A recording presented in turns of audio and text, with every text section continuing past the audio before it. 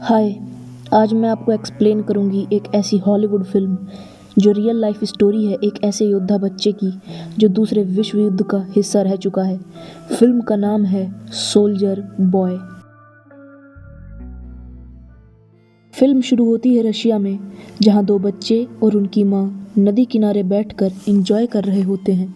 छोटा बेटा, जिसका नाम है सर्गी एलायोशकोव, वो अपनी माँ और अपने भाई को बड़े गर्व से बता रहा होता है कि वो कैसे इस पेड़ के ऊपर बहुत आराम से चढ़ सकता है। पर तभी जर्मनी के फाइटर जेट्स आसमान में दिखाई पड़ते हैं और घबराई हुई माँ दोनों बच्चों को झाड़ियों के पीछे छुपने के लिए कहती है।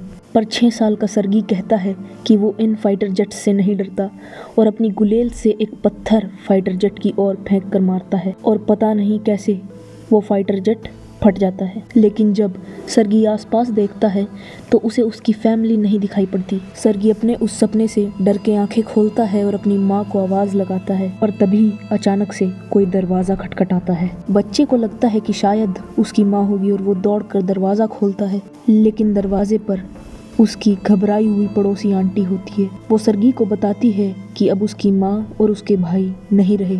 सर्गी को कुछ समझ नहीं आता और वो कहता है कि वो घर पे रहकर अपनी माँ का इंतजार करेगा। वो औरत उसे घबराते हुए बताती है कि जर्मन्स ने उनके ऊपर अटैक कर दिया है और अब उसे भाग जाना चाहिए। उसी समय कुछ सैनिक घर के आसपास आ जाते हैं। वो औरत सर्गी को खिड़की से भाग जाने को कहती है और इससे पहले कि वो खुद भाग सके उसे गोली लग जाती है। अब 6 साल का सर्गी अकेला भाग रहा होता है। उसके पीछे उसकी पूरी सोसाइटी चल रही होती है। वह बच्चा रोते हुए जोर से अपनी माँ को आवाज लगाता है और वहाँ से भाग जाता है। कुछ देर भागने के बाद वह जंगल के बीचों बीच पहुँच जाता है। अब वो फिर से रो रो कर अपनी माँ को आवाज लगाता है क्योंकि अब वह खो गया है। उस रात वो उस जंगल में ही रुकता है। अगली सुबह वह नदी से पानी पी ही रहा होता है कि कुछ दुश्मन फौजी वहां आ जाते हैं। सर्गी तुरंत भागकर पेड़ के पीछे छुप जाता है। जहां वह छुपा होता है वहां एक सांप को अपनी ओर बढ़ते हुए देखकर वह घबरा जाता है, लेकिन अपने मुंह से एक शब्द नहीं निकालता क्योंकि सर्गी उन सांप से ज्यादा उन फौजियों से डरा हुआ था। फौजी वहां खाना खाने के बाद वहां से चले जाते हैं। उन फौजियों के जाने के बाद सर्गी उनके बचे कुचे खाने से अपनी रात गुजारने की सोचता है, लेकिन उस रात सर्गी बहुत थक गया होता है क्योंकि 2 दिनों से उसने ठीक से खाना नहीं खाया था और वो बस बिना किसी मंजिल के चला जा रहा था। थकान के कारण वह चलते चलते गिर जाता है, लेकिन फिर भी खड़ा होकर चलने लगता है। रास्ते में उसे कुछ जंगली फल मिलते हैं। वह उन्हें खा ही रहा होता है कि अचानक से उसके पीछे एक एक्सप्लोजन होता है। बम फटने की वजह से वह बहुत दूर जाके गिरता है और फिर उसे बेहोशी महसूस होने लगती है। बेहोशी की वजह से उसे ऐसा लगने लगता है कि मानो उसका कोई पीछा कर रहा हो। हालांकि इस हालत में भी वह बच्चा बहादुरी दिखाता है और जोर से चिल्ला के कहता है कि उसके पास बंदूक है और वह किसी से नहीं डरता। उसके बाद वह बेहोश हो जाता है।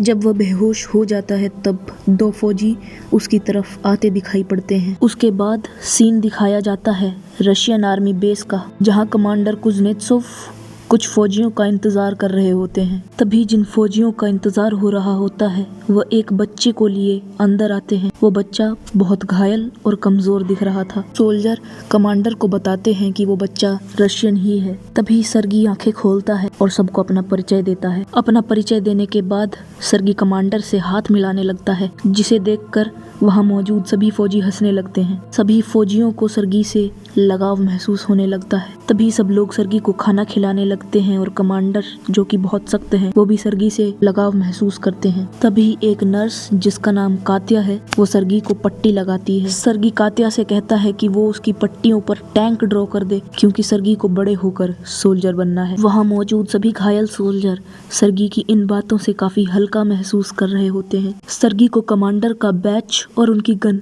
बहुत पसंद आती है और कमांडर भी उस बच्चे को उसके सारे सवालों का जवाब देते हैं और अपनी बंदूकों की गोलियां निकालने के बाद उसे अपनी बंदूक से खेलने देते हैं। सर्गी अपने पेट पर बना हुआ टैंक कमांडर को दिखाता है और बताता है कि उसे भी बड़े होकर सोल्जर बनना है।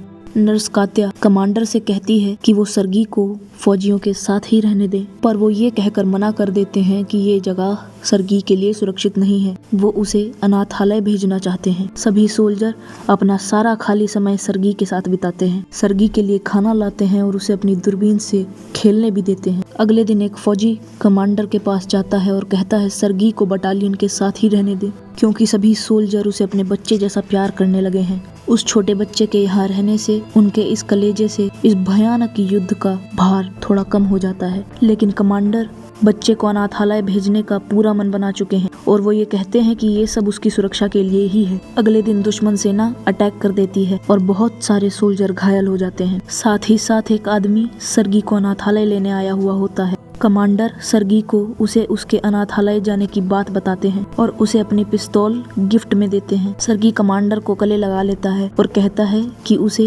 उनकी सुरक्षा की बहुत चिंता है। कमांडर सर्गी की ये बात सुनकर पिघल जाते हैं और अपना मन बदल लेते हैं। वो सर्गी को बताते हैं कि अब वो सोल्जर्स के साथ ही रहेगा। उस रात सभी सोल्जर मिलके सर्गी के लिए किसी छोटे सोल्जर के कपड़े ढूंढते हैं। वो इस बात से बहुत खुश होते हैं कि सर्गी अब उनके साथ ही रुकेगा। कमांडर सर्गी को उठाते हैं और उसे उसके कपड़े देते हैं। सर्गी उन कपड़ों को पहनकर एकदम असली सोल्जर लगने लगता है और खुशी के मारे इधर उधर झूमने लगता है। ठीक उसी समय जर्मन्स बेस पर हवाई हमला कर देते हैं। एक सोल्जर सर्गी को किसी सुरक्षित जगह लेकर जाता है और बाकी के सभी सोल्जर लड़ाई कर रहे होते हैं। उस दिन बहुत सारे सोल्जर घायल हो जाते हैं। सर्गी इस हालत में खाली हाथ बैठना नहीं चाहता, इसीलिए वो सभी प्यासे सोल्जर्स को पानी पिलाने लगता है। तभी एक सोल्जर सर्गी से एक पत्र पढ़ने को कहता है जो कि उसे उसके परिवार ने लिखा है। वो सोल्जर ऐसा इसलिए कहता है क्योंकि उस सोल्जर की आंखों पे पट्टी बंधी होती है। सर्गी पढ़ना तो चाहता है लेकिन उसे पढ़ना नहीं आता, तो वो पत्र उठाता है और खुद ही कुछ बना के बताने लगता है। वो कहता है कि सोल्जर की गायें घर पर बिल्कुल ठीक है। तभी सोल्जर कहते हैं कि उनके पास तो गायें है ही नहीं। तो सभी सोल्जर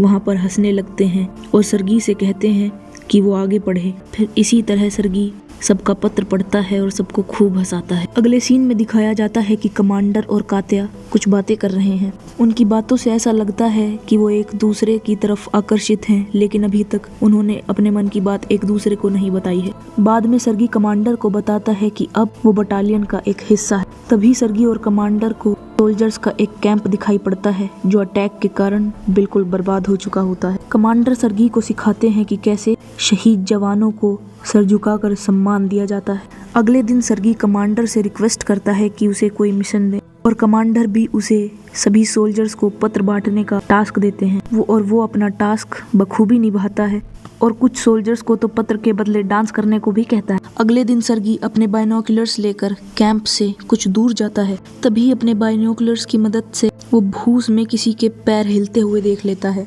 वो दौड़ के बटालियन की ओर जाता है और अपनी खोज के बारे में सबको बताता है। सोल्जर्स को उसकी बात पर विश्वास नहीं होता, लेकिन फिर भी वो उसके साथ भूस के ढेर तक आते हैं। जब वो वहाँ पर पहुँचते हैं तो उन्हें भूस के ढेर में 2 जर्मन जासूस मिलते हैं। दोनों जासूसों को पकड़ लिया जाता है और फिर बच्चे को शाबाशी दी जाती है। उस रात कमांडर सर्गी को बताते हैं कि अब उन्होंने उसे गोद ले लिया है और अब वो उसके पिता बन चुके हैं। सर्गी जानता था कि कमांडर कात्या के लिए क्या महसूस करते हैं और इसीलिए कमांडर को कात्या के पास लेकर जाता है ताकि वो कात्या को अपनी फीलिंग्स के बारे में बता सकें। लेकिन वो दोनों वहाँ कात्या को किसी दूसरे सोल्जर के साथ बात करते हुए देख लेते हैं और ये मान बैठते हैं कि शायद कात्या उसे पसंद करती है।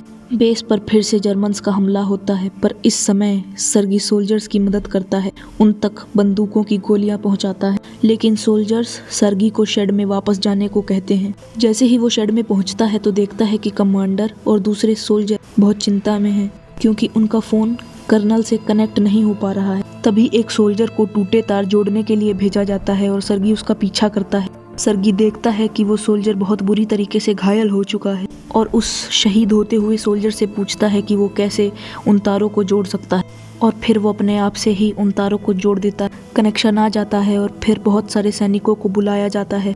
वो 6 साल का बच्चा वहाँ पर सबकी जान बचा लेता है।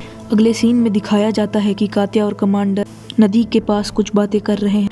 कमांडर फाइनली कात्या को अपने दिल की बात बता देते हैं और वो उससे पूछते हैं कि क्या वो सर्गी की माँ बनना चाहेगी। इससे पहले कि कात्या कुछ बोल पाती, एक सोल्जर कमांडर के पास एक लेटर लेकर आता है। उस लेटर में लिखा होता है कि उन्हें अब वो जगह छोड़नी होगी। अगले दिन सभी सोल्जर और सर्गी अपने नए बेस कैंप की ओर निकल पड़ते हैं। जिस रास्ते से वो जा रहे होते हैं उस रास्ते में बहुत सारी माइंस बिछी होती हैं जो फट जाती हैं। कमांडर भी घायल हो जाते हैं और कुछ ऐसे जवान शहीद हो जाते हैं जिनके सर्गी बहुत क्लोज था। वो रो रो कर कमांडर को गले से लगा लेता है।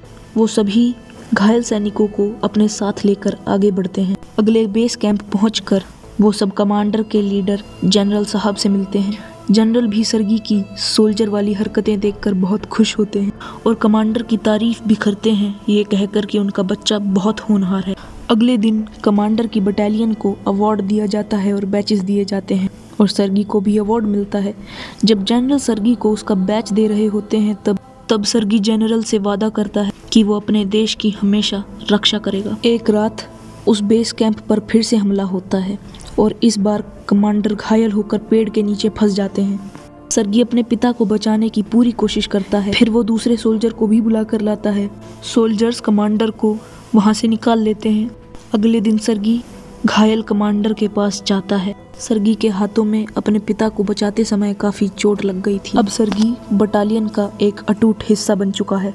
सर्गी का अब उन फौजियों के सिवा कोई दूसरा परिवार नहीं है। मूवी के आखिरी सीन में दिखाया जाता है कि सभी सोल्जर्स एक नए कैंप की ओर जा रहे हैं और पीछे से एक आवाज़ आ रही होती है जो कि बताती है इस छोटे बच्चे सर्गी ने स्टालिनग्राड के युद्ध में भी हिस्सा लिया था और सोल्जर्स के साथ पोलैंड तक गया था और सर्गी एलायोश्कोव को अभी तक इस दुनिया का सबसे छोटा सोल्जर भी कहा जाता है।